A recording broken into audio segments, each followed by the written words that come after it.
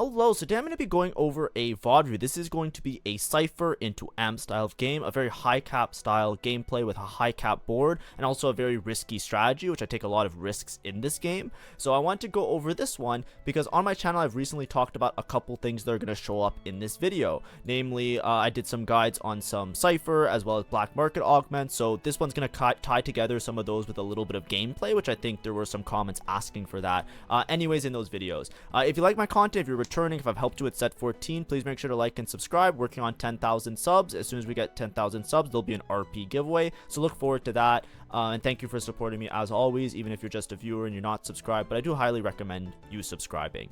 But anyways, it's Scuttle Puddle. Basically there's gonna be an influx of gold, influx of items. It's an encounter where usually you're gonna hit very high cap boards.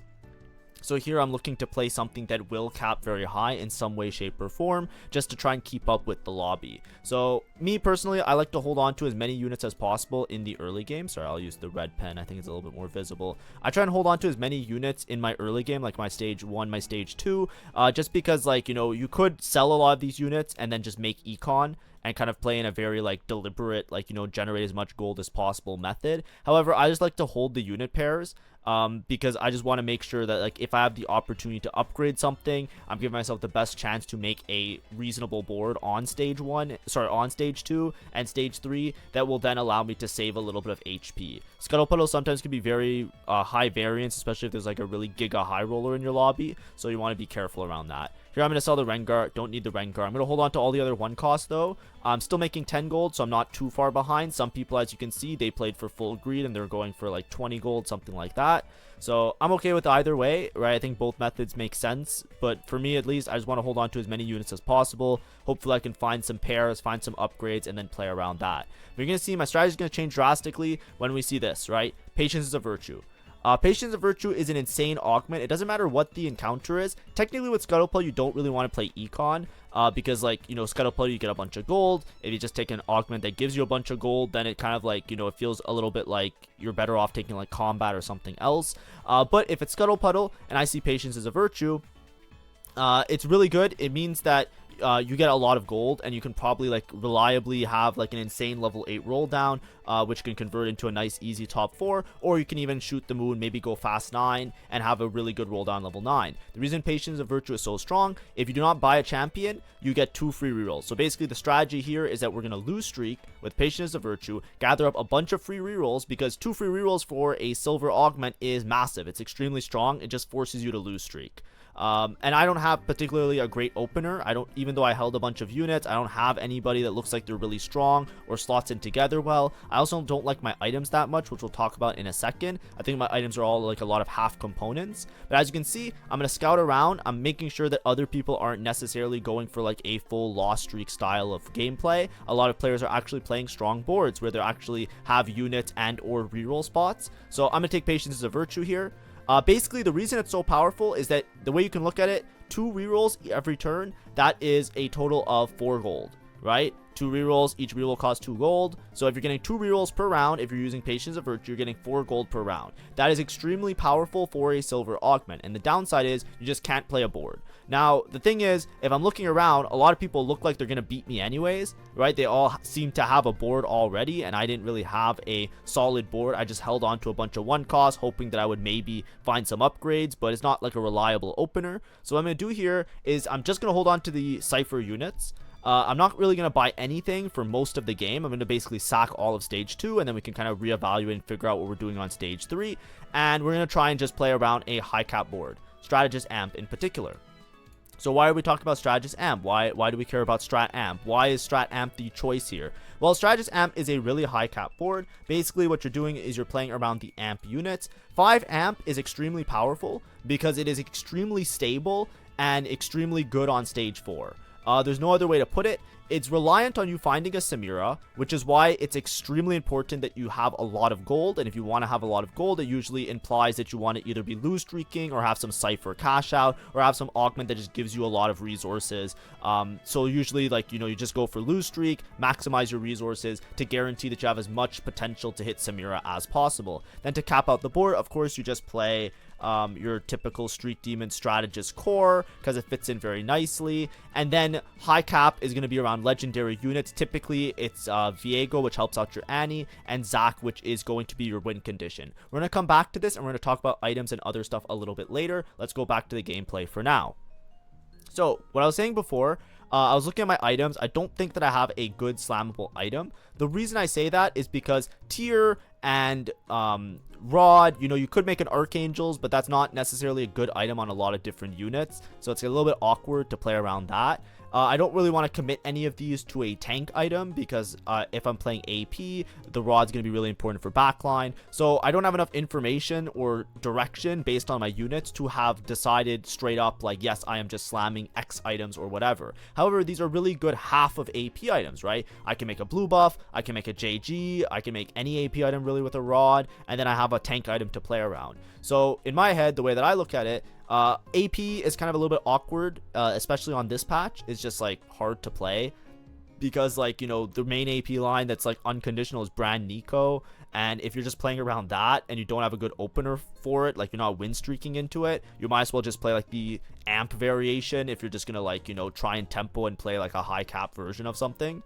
So it's kind of awkward, and then the other ones are really conditional. All the other ones are either reroll or they require specific items, specific spots. So if I have AP items and I have an ability to just lose streak and try and win out, then I'm just going to play around Strategist usually, or Strat AMP in particular, because this board, out of all the boards, kind of becomes a lot more stable, especially if you hit the particular units and has a really high cap, like a high win condition, by hitting everything and then capping out around the Zac. If you notice last round, I'll talk about it a little bit in the upcoming round here, but in the last round, you would have noticed that I bought the Galio, right? Here on Carousel, I take Draven, right? I don't really have a use for a Spat or a Frying Pan. You could take one, but it's not super essential in the comp that I'm trying to aim towards here. But getting Cypher in early is going to be really powerful. So now I have Cypher in on stage 2. Like I said, I just want to maximize resources because I'm just going to lose all my HP, sacrifice it all, and then on a dime, try and make an extremely strong board that's super stable on stage 4, which is going to be the AMP Strategist board. So I take Cypher here. Basically, if you don't buy a unit, you get 2 free rerolls. I bought the Galio last turn, obviously, because he's a Cypher unit. I'm not going to buy a unit like Nidalee, for example, which this is going to come to bite me later. You're going to see it's going to be an entertaining end of game. Trust me, if you want to see it, just stick along for the ride. But I'm not going to buy units like Nidalee or units that are like, you know, I could just find them later or play them later, because they're not super important. Because this Nidalee, even though it costs one, like it's a one cost, it costs 1 gold, but if I buy a unit, I lose 2 free rerolls. So this Nidalee actually costs like 5 gold, right? Do I want to spend 5 gold on a Nidalee? It's like, maybe not, probably not, right?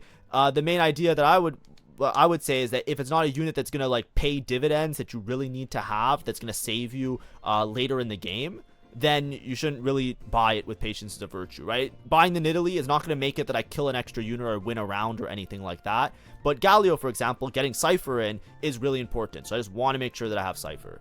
When I was playing this game as well, I had someone in my chat ask me, like, should I roll for Vi here and just get 4 Cypher in to make sure my Cypher cash out is better? I'd rather just save the rerolls. I need all the gold that I can find in order to hit Samira later. That's going to be a really difficult journey no matter which way this game goes. So it's not worth it for me to waste these rerolls because basically I'm just rolling for Vi. The odds of me finding a Vi in my shop with 6 rerolls, it's like not that high. It's like okay, it's like decent odds, but it's not like guaranteed. So I'd rather just save the rerolls. 3 Cypher is enough, right? If you have 3 Cypher on stage 2, typically you can get to around a 290 cash out, which is right in the sweet spot of where you want to hit. And if you get to 4 Cypher, then you could push for like 330 or beyond. 290 typically sometimes is hard to reach, so you might not make it exactly to 290, especially if you're not killing any units on stage 2 and stage 3. But I'm right in that ballpark, right? I hit it off of Carousel, so it's not essential that I need to get Cypher in right away. But anyways, here,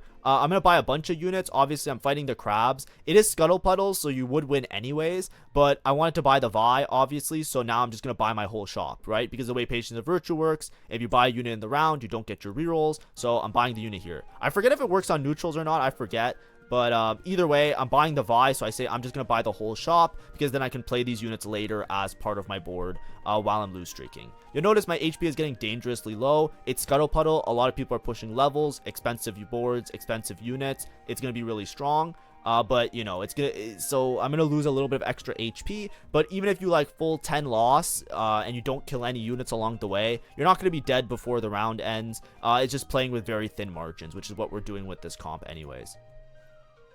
One thing that's really important, you could argue that I shouldn't have taken Draven and I should have taken the tier on carousel, because typically with this comp you want to make blue buff, which is really important, either for Annie or for Yuumi, more so for Annie, but there's lots of different options that you can do now. I think when I looked at stats a lot with the itemizations, blue buff is really good with this comp, but it's not like 100% essential. You can actually get by with a lot of different mana gen items. You still need a lot of tiers for the comp, but like Shojin attack speed plus Void Staff, for example, is like okay on Annie anyways. It's like barely that much worse than like blue buff with similar items. So it's like stuff like that. It's like it's good. It's obviously like if you're playing for max cap, you want to have like your perfect items on everybody, but like you don't need like, you know, blue buff everywhere, right? Just make sure that your items still make sense with the rest of your board and that you can like rearrange your items in a meaningful way. Here's where this game's gonna get a bit Looney Tunes and a bit wacky. So next Augment here is gonna be really risky, but let's just look at what the options are. So we have late game specialist and bulky buddies. So right now it is Scuttle Puddle, and I'm gonna have a lot of gold that I'm accumulating via rerolls, right? So late game specialist is actually really good for me because I can guarantee that I go 9. We'll talk about a little bit of a breakdown right after this, but I'll explain why. I'm probably going to take late game specialist here, but it's very risky, right? If this is like I'm playing for first or I'm going 8th, there's no in between, right? Typically what you want with this comp is after you have econ, you want to make sure you have a lot of items. Items are the most important thing because you're going to have a lot of units that you want to itemize. So I already have a good econ augment, right? I'm gaining all these extra rerolls, which works out to be basically like having a bunch of gold. So I'm already good on that regard. So I would like to have either combat or items, but primarily items. However, this combination, you know, bulky buddies is okay. It's typically not that great with street demon because sometimes you can't play around it if your street demon hexes are weird. But I want to take it just for late game specialist. I say this is my ticket to either go first or 8th, and I might get a first. Who knows? Let's just try it like that. I would not recommend this to everybody all the time. Whenever you take something that's like when you do certain thing, these are always risky because if you're unable to do certain thing, like if you can't do X, you don't get Y, and that means that the augment is absolutely fucking useless. Like it doesn't do anything if you don't actually cash it out. But I'll explain it with a little bit of math, and I'll explain it with a little bit of odds. So let's talk about the comp, let's talk about items, let's talk about everything that we need to know about this and why the strategy is working the way it is and why we're going for everything. Basically, the way Strat Amp works is once you hit 5 amp, like how do I phrase it? A lot of times your board looks something like this when you hit your max cap. If you don't hit a Samira, the board is very temperamental. So a lot of times you really want to guarantee finding a Samira. Now, does that mean that you have to go level 9? No, you can roll on level 8 for the Samira, but you have to have a huge amount of gold. However, if you want to play for max cap, going fast 9 is a really valid strategy because Zac is the other puzzle piece that makes this comp really good. Let's talk about it in terms of like the different variations, and then I'll talk about like why the max cap is usually with the Zac. So when we play here, right, typically I'll put all these units here. These are the hard units to find, right? So we're going to put them to the side and assume that you don't have them. If you don't have them, you're basically playing with this board that looks like a 4 amp, and usually you put in an extra street demon. A lot of times you play Mundo Alistar. Those are important units to hold just because you can get some extra synergies in and you can build a board on level 8. When you play on a level 8 board, typically what you're going for is Annie 2-star. Annie just loves to chain cast, so like a lot of times people talk about her best items being you know, blue buff Shojin, like double mana gen items, just to make sure that she's like constantly casting, because every 4 cast she summons the Tibbers and that can sway the fight. The last item is really debatable. Some people say Nashor's is the best. Void Staff is coming up and creeping up after they buffed it to be a really good item, so usually it's like blue buff Void Staff, Shojin, but this is like ridiculous because obviously you can see this requires 4 tiers in its of itself. So this is extremely high roll. You're probably never going to be able to make all of these items for your Annie unless you like rearrange stuff into your late game. So it is what it is. but just try and make some of the items. So a lot of times people don't make blue buff nowadays, and it's a little bit easier to make Shojin Void Staff, because like if you dedicate your blue buff, then you have no more tier items. This way you can still play around extra tiers if you hit them, but you still get like the crux of a bunch of attack speed and mana generation for the Annie. Additionally, if you don't have good mana generation, Yuumi does insane damage, so a lot of times you can actually stabilize around a Yuumi 2-star to be your main carry on your level 8. In that regard, you usually just want to, like, you know, if you can, put a blue buff on her, but it's not essential.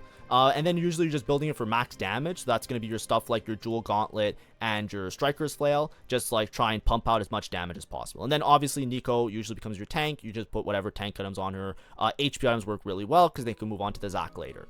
When you're playing around this board, if you're stuck on level 8 without Samira, typically you just roll for Yuumi 3, and that's like the main thing. But a lot of times you're just trying to find one copy of Samira, and then you're super stable. The way AMP kind of works, I don't know how to say it, but let's say this is like your power, right? The reason AMP works so well from Lost Streak is because basically, like, if you have like 4 AMP here, if you have like, 4 AMP and like 5 AMP, right? Like this is 4 AMP, this is 5 AMP, right? Your power level with 4 AMP is like all the way here, like compared to most comps, you're like at like maybe like 80% power level, right? And then if you're 5 AMP, you're like at like almost 100, right? It doesn't necessarily mean you're gonna win the game, but like 5 AMP, especially like even without any upgrades, right? Like I'm talking like no upgrades, 5 AMP is so broken. Like you find one copy of Samira, you are so stable on stage 4, everybody can be 1-star and you're probably gonna win most of the rounds anyways. So 5 AMP is insanely strong, right? So we can all agree, like you get to 5 AMP, it is so powerful. So you want to have the resources to be able to hit the Samira.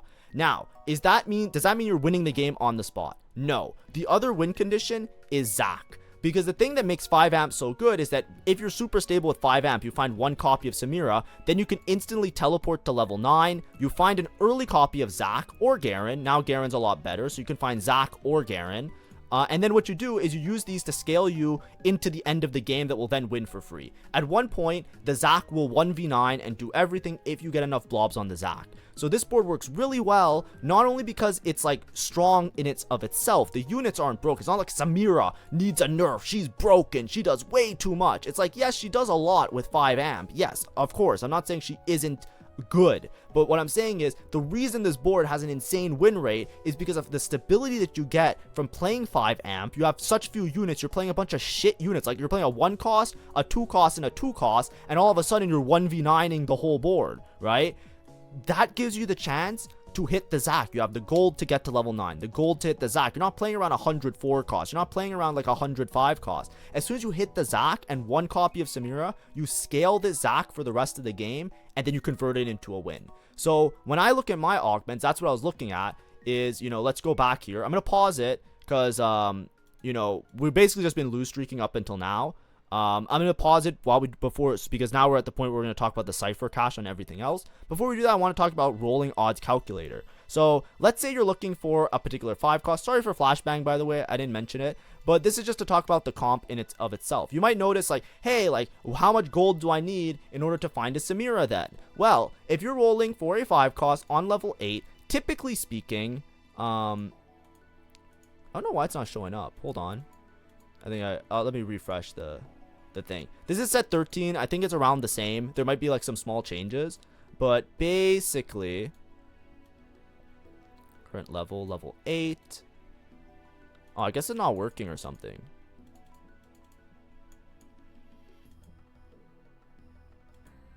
Oh, there we go. 0 units. Okay, so when you're rolling for a Samira, a lot of times you need around 70 gold on level 8. The idea is that if you have around 70 gold, you have like a 50-50 kind of to hit Samira. So what I always recommend is around 80 gold rolling on level 8 is where you're going to find yourself with the odds in order to find a Samira. Like, you know, you might not always hit the Samira, but this is like the minimum amount. I'm going to say minimum amount of gold that you want to roll on level 8 to kind of like low-key guarantee you a Samira. Not like actually guarantee you, it's like a 50-50, but like what I mean is like this is like good odds, like odds are in your favor to probably hit Samira. If you're going to level 9, however, level 9 is obviously going to be a lot better, right? Level 9, you can roll significantly less gold, and have a really good chance of finding a Samira, right? Like, even with, like, you know, as little as 30 gold, you have a decent, like, you know, it's still like a 50-50. It's just, like, really hard because you have to upgrade all your units as well. So, like, if you have a good roll down on level 9, like 50 gold or so, you're almost guaranteed to hit that power spike of 5 amp, right? Right? You know, 5 amp, you're, like, at that almost 100% power spike, right? It additionally gives you really good odds of finding the Zac. So ideally with this comp, unless you want to roll for Yuumi 3, a lot of times you're going to try and push to level 9. And if you're in an encounter like the one I'm in where I get a bunch of gold, that's why I end up deciding, okay, let's just go for the fast 9 strat, because if I get my Cypher cashed out and I get my level 9, I should be able to convert this from a bad spot into a win, or from like low HP into a win. But typically speaking, if you don't have enough gold to make it to level 9, I would say you want to have 50 gold to roll on level 9, because you won't have enough gold to upgrade all your units anyways. So basically the rough numbers that I would say is that if you have less than or equal to 80 gold, I would say roll level 8, right? Because you won't have enough gold to make it to level 9 and have enough gold to roll on level 9. And what you're going for is upgrades and maybe Yuumi 3, right? Because you might not hit the Samira anyways. So basically what you're going for is saying to yourself, I'm going to upgrade every unit on my board, make sure that I'm super stable, and then I'll go 9 at the beginning of stage 5. That's like a typical situation that happens. If you have, you know, like greater than, I would say like greater than like 120 gold or something like that, then you could go 9 and roll on level 9, because you're going to have the 70 gold to make it to level 9 and then 50 gold to roll down. That's like the rough breakdown, how I would look at it. So when I took late game specialist, that extra 30 gold, that's to make sure that I can basically be level 9 on 4-1 in order to roll for my AMP board. If we look here, this is going to be the last fight before the neutral round, right? So right before I cash out Cypher and I set myself up to go level 9. So if you look, I'm already at a 290 cash out because I was 4 Cypher. Like I said, 4 Cypher, I didn't kill any units because my board's extremely weak. I have 16 rerolls, right? This is the equivalent. 16 rerolls, each reroll costs 2 gold. That's the equivalent of 32 additional gold. So whatever number you see here, say plus 30, and then here plus another 30 if I make it to 9. So I have 60 gold banked by just making it to level 9. So remember what I said, 50 gold on level 9, you have a really good chance of hitting everything and a really good chance of finding your Samira. If I make it to level 9 here, which I'm also have Scuttle Puddle, I'm going to be rolling like 80 gold on level 9 because I have all the banked rerolls as well that I'm going to be rolling in addition to everything else. Cypher cash out, we take it all the time, no matter what it is. It was a fawn, so an extra unit on my board and 10 gold. Perfect. That's exactly what I'm looking for. That puts me in an amazing spot. I'm actually going to be level 9 on 4-1, and I'm probably going to be rolling in excess of 50 gold for my entire board. So really good spot, generally pretty good. The only problem is that maybe it might be hard to find a Nidalee, because Nidalee might be like a little bit awkward to find. I'm actually gonna, like, you know, you're gonna see I'm gonna troll a little bit here, but let's go. We go straight to level 9. As you can see, it's 20 gold, but I have, you know, 30 gold of free rerolls and an extra 30 gold here. So we're in a good spot. We're gonna roll until we hit all of our 5 costs and until we hit all of our upgrades. I'm a little bit slow, a little bit sloppy. Obviously I was live on stream, so you know, things were awkward. We found our Samira. That's expected. We rolled around 30 gold. That's like a 50-50 of seeing the Samira. That's the huge mistake right there. I don't know if anybody noticed it, but we're going to try and pretend like we didn't see it, because that's going to cause me a lot of problems right now. But I was on stream and I was raging because I was like, I'm such an idiot. But basically, if you didn't see it, I missed a Nidalee. And it's really bad because there's actually somebody else who I think is Nidalee rerolling in this game, which I didn't mention before. But anyways, even with 3 amp here, like I didn't get my whole board in. Really sloppy turn, but I still have 19 HP, so it's fine even if I lost this round. But I'm sending it on 4-1, and Samira has really good items here. I was able to get a frying pan, so I have the Samira upgrade, and then I'm just rolling a little bit more because patience is a virtue. I might as well just spend all my gold on the same turn. We happened to just clutch it out because this guy just didn't hit as strong a board as possible. Transition was really bad, right? My board is still shit. I needed to play, obviously, like, I needed to play, like, you know, more Samira. I need to play the Yuumi, I think, isn't even on my board yet. So, you know, there's a couple problems there, of course. But anyways, here, items would be really nice. So I might take items, but also Spirit Link helps my whole board. Because I basically lost a lot of things. A dual Q also could be good because it gives me 2 copies of a component. which is a little bit faster than salvage bin, so I'm kind of okay with that, because even if I get AP items or tank items, I'm in a decent spot anyways. But I need to transition my board a little bit better. I need to sell this. I need to play the Yumi, so I have at least 4 amp in, and then I need to play some of the other 5 costs.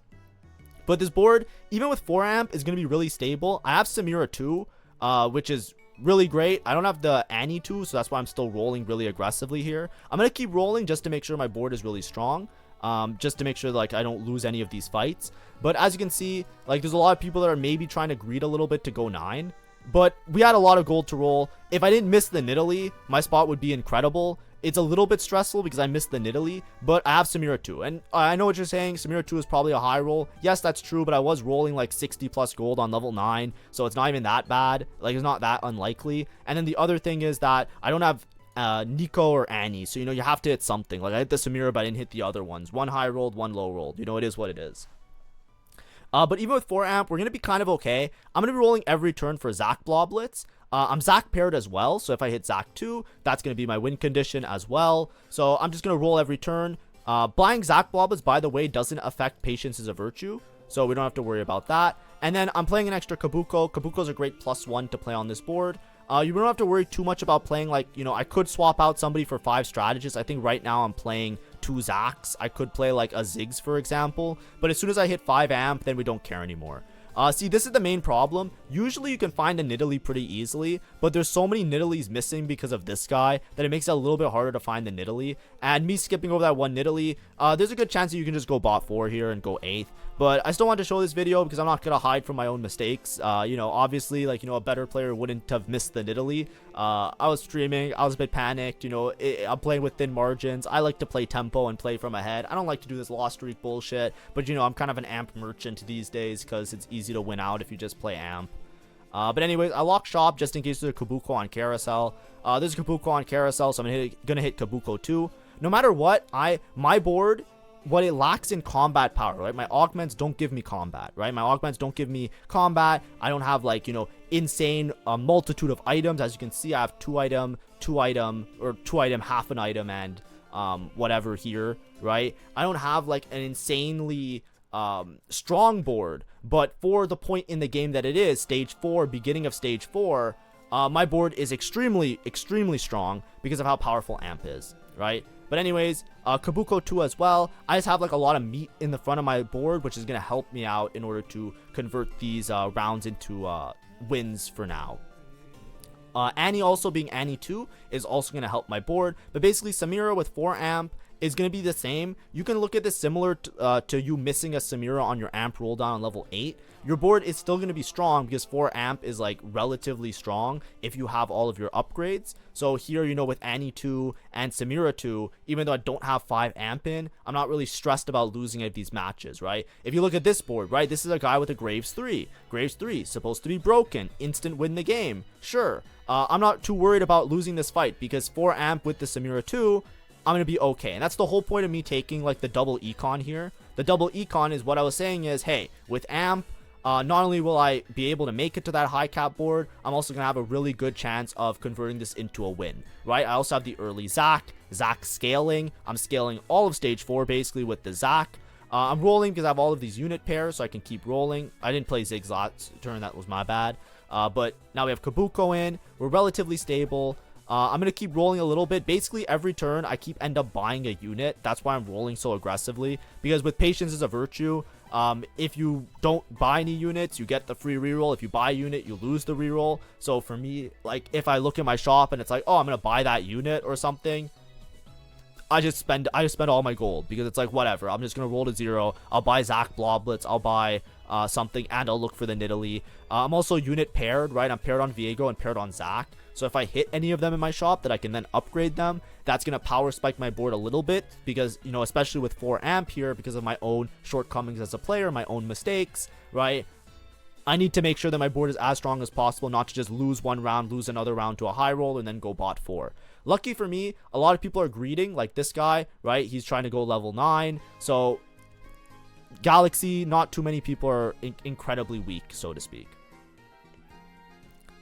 But anyways, as you can see here, we're just going to chill for 1 round. The Nidalee should come, right? The Nidalee, even though it's level 9, I know that like level 9 you might not be able to find a Nidalee. I would recommend holding on to it a little bit earlier. I just really don't like holding on to it because of patience is a virtue. I feel like it's just like, you know, usually you can find one. And for the record, I did find one. I just missed it. So, you know, like whatever. It is what it is. But like I said, you're still going to be stable until you find the Nidalee if that's the part that you're missing. So, you know, ideally if you have different augments like hedge fund or ones that you don't necessarily need to avoid buying units, then you should be fine because you'll be able to find one eventually. And you'll be stable enough with the other units. But as you can see, all my 5 costs are upgraded, right? Whatever you lack in combat, by the way, whenever you are like, you know, if you're playing the game and you lack, how do I phrase it? Whatever you lack in combat, right? So here, as you can see, I took double econ and scuttle puddle. I have to realize that into my board somehow, which means that my board has to have upgraded units to compensate for that. That gold has to be used in some way. So me having Viego 2, Zac 2, Kabuko 2, that's what the gold is being used in such a way that is making up for the fact that I don't have the combat right now. Another way you can look at it is that if I didn't take late game special, I was rolling on level 8, you know, I would probably have to take some sort of combat augment that would then power my board up in that way instead of me being level 9 and playing an extra 5 cost unit. But as you can see, I'm still just rolling every turn. I'm just going to keep rolling until I see Nidalee. As long as I have a unit pair, I'm incentivized to roll because I'm rolling for 2 things. Or sorry, I'm rolling for 3 things. I'm rolling for Zac blobs. I'm rolling for Nidalee, which she showed she came back. See, you'll eventually find a Nidalee. It's fine. And I'm also rolling for Yuumi too. All of those things are substantial upgrades to my board. Now we're pretty much in game-winning territory. Because now we have the Nidalee, we have the Annie, we have the other stuff. Now, there's one thing that I want to mention. I'm sure some of you have probably already said it, and I'm sure there's going to be comments about this because I didn't mention it already. But as you can see, I was talking about a lot of stuff. There's something that we forgot about here, right? What did we forget about? That's right. We haven't been bulky buddying. It's silver bulky buddy, so it's not the biggest deal. But this is what I mean. It's a very stressful game. Of course, I'm not going to say that this is like the highest level of like Giga, the best gameplay you've ever seen. But this is how strong the comp is, right? If you just play this comp and you hit a Zac 2 and you have a Samira 2, you could afford to make some mistakes because like you're just going to win anyways. Right? Look at this guy. This guy spent the whole game charging a T-Hex. Does it matter? No, because I have Samira. But either way, bulky buddies, it could have been this fight difference in a couple of the fights. It's basically like you kind of just forget about it. Me personally, when I'm like in these high stress situations, basically you want to just pair up your units. My street demon hexes aren't that great for bulky buddies, so I'm going to be losing a lot of street demon value. So it's like arguable how much better street demon versus bulky buddies is in this spot. But I can just use some of the crap units that don't do too much on my board, like especially this Viego clone, to kind of give myself the bulky buddies buffs here. But you know, I blame chat for that. I was saying in the stream, I was like, I'm trying to manage too many things. Chat, you guys had to tell me about bulky buddies. But anyways, this Zac, because I was rolling so aggressive for this Nidalee, that's what I was saying is not, like, you might look at it and be like, that's a lot of wasted gold. Can't you just, like, go 10? Can't you just, like, hold on to your gold? It's like, not really, because, like, the Zac is going to start to do more damage than my entire board. Right? Already, the Zac has scaled to a point where he's doing as much damage as Samira and Annie. And he's not an AMP unit. He's not a strategist unit. But he's still doing more damage than the 2 units that have the entire board synergy for them. You know what I mean? It's like, that's the win condition for this comp. The comp falls off. The comp won't necessarily win you the game unless you have the Zac. A big part of the comp is that it's cheap and efficient, and it allows you to get to the Zac. And then once you have the Zac and the board, you don't have to roll for anything else. I don't have to level for another synergy. I don't have to find other units to play. Nothing really matters. I can just play these low cost units. Samira will clutch up. And if I get Zac to an incredibly high amount of blobs, then I'm going to win with the Zac anyways. Here on Carousel, I took Techie. Techie is just great because it activates Techie for Viego.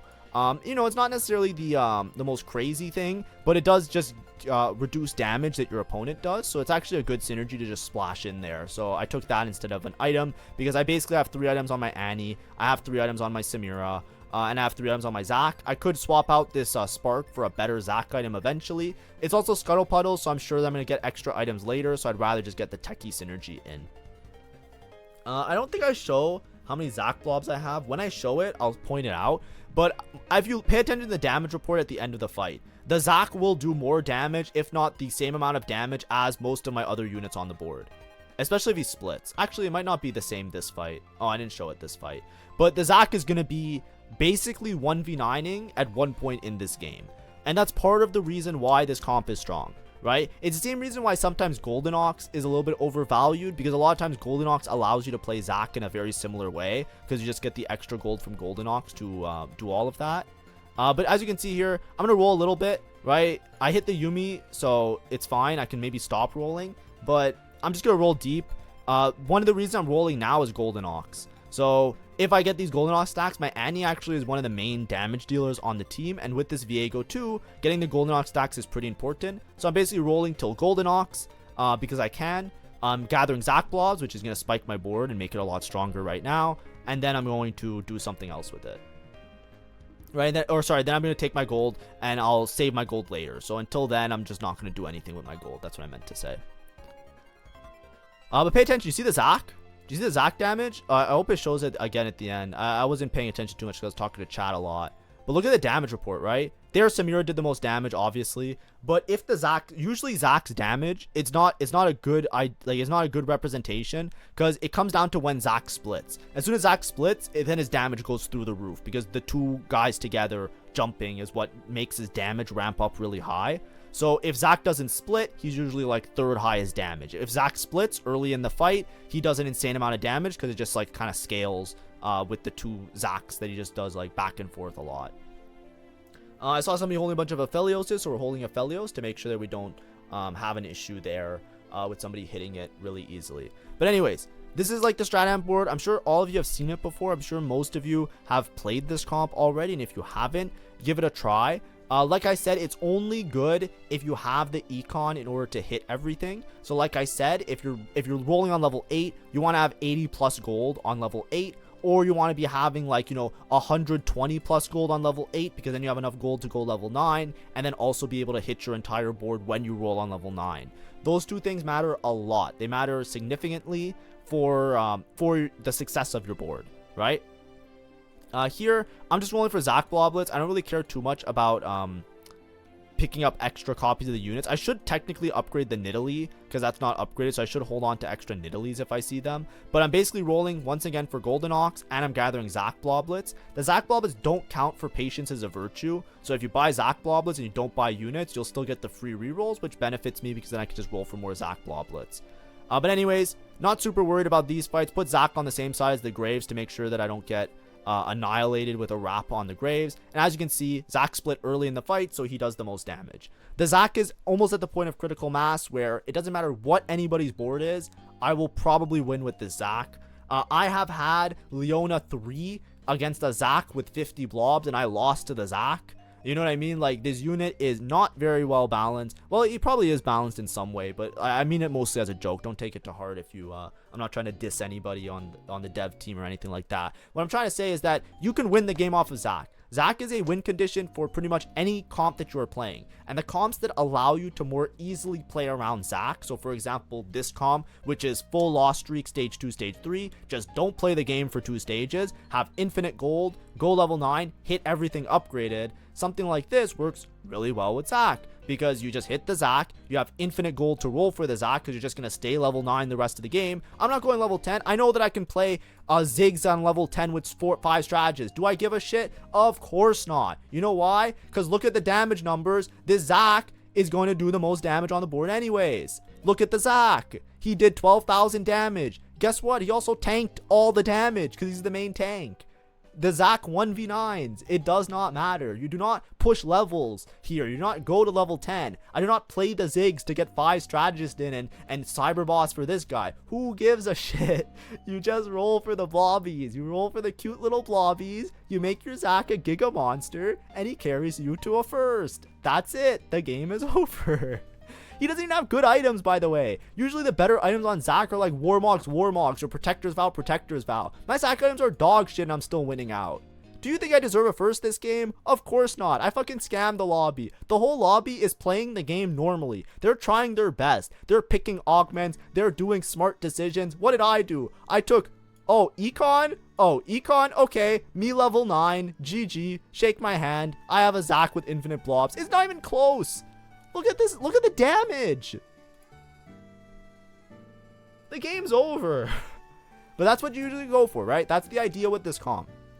The idea with this comp is that you find stability really early and then you push levels with it. Of course, there is the variations. Like I said before, if you're stuck on level 8, don't have Samira, you can roll for Yuumi 3. The highest cap version obviously is going to be this comp, but with Yuumi 3 as well as everything else. So it definitely is going to cap higher. But you can also, if possible, just go for the Samira, go fast 9, hit everything, and then call it a day. This is the type of comp that works that way just because it spikes so hard off of the 5 amp. Right, 4 amp is still going to be stable, it's still going to be relatively strong, but you can lose to a lot of comps. And 5 amp is going to be so much stronger than anything else you can play on stage 4 that you're usually going to win out on stage 4, and that allows you to very easily make it to level 9. Then you can find your Zac, find your win conditions, upgrade Samira, and then you win out from there.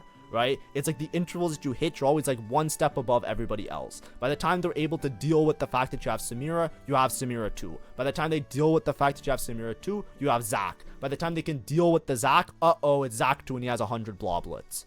Right, that's kind of how that's the way the comp kind of works. So in order to get that level ahead of everybody else in terms of tempo, you need to have insane resources, insane amount of gold, insane amount of items, really high tempo into your late game, from your stage 3 into your stage 4 into your stage 5. So you could obviously play the comp differently. You could just go for like reroll level 7 for Yuumi 3. That's not going to behave the same way as this one. Then your win condition is more towards the fact that you have to hit Yuumi 3 early enough and find a Samira early enough to hit the 5 amp with the Yuumi 3, and then just like the Yuumi is the 1v9 doing a shit ton of damage. If you want to play it from like, for example, in this case from Cypher, where I have a fawn and I have gold, straight to level 9, play it out, GG, shake my hand, call it a day. But anyways, this is how Cypher kind of works in general. You can use the Cypher cash outs to play other comps in a similar way, right? You can play like, Cypher into Zed. You can play Cypher reroll. It works in a very similar way. You usually get a cash out that helps you with the reroll in that regard. But instead of using all your gold to go to level 9, you instead roll all your gold on level 7, hit, what's his name? Galio 3, Draven 3, LeBlanc 3, etc. And then those are what wins you the game. Or you can just do something like this and then you just get a first for free, right? Did that exude any amount of skill? No. Was that fun? Not really. I didn't really care for it. But people have been asking about it, so just a couple of things. I actually thought this game I was going to use a black market augment. I think there was another AMP game I played where I had binary airdrop. I thought this was the same one, so sorry if I misled you at the beginning of the video. I actually thought I played too many AMP games last time I played. But either way, hopefully this was an informative video and it kind of touched upon some of those concepts. Like I said, with Cypher, a lot of times you just trying to get that full lose streak. You're usually going to be like 20-ish HP. You're aiming for that 290 to 330. If you're not getting 290 or 330, then you have to find some other way of getting it out. If you get your Cypher griefed, Cypher reroll will work a lot better than this comp because you really need the extra resources to make this comp work. Thanks for watching. Hopefully it was enjoyable despite the mistakes and the issues that I made, but that's how it is, especially when I'm playing live. I'm not perfect in any regard, but I still got a first in like a full masters lobby or whatever it was. So enjoy, have fun. Hopefully that helps you out a little bit with your gameplay, and bye bye.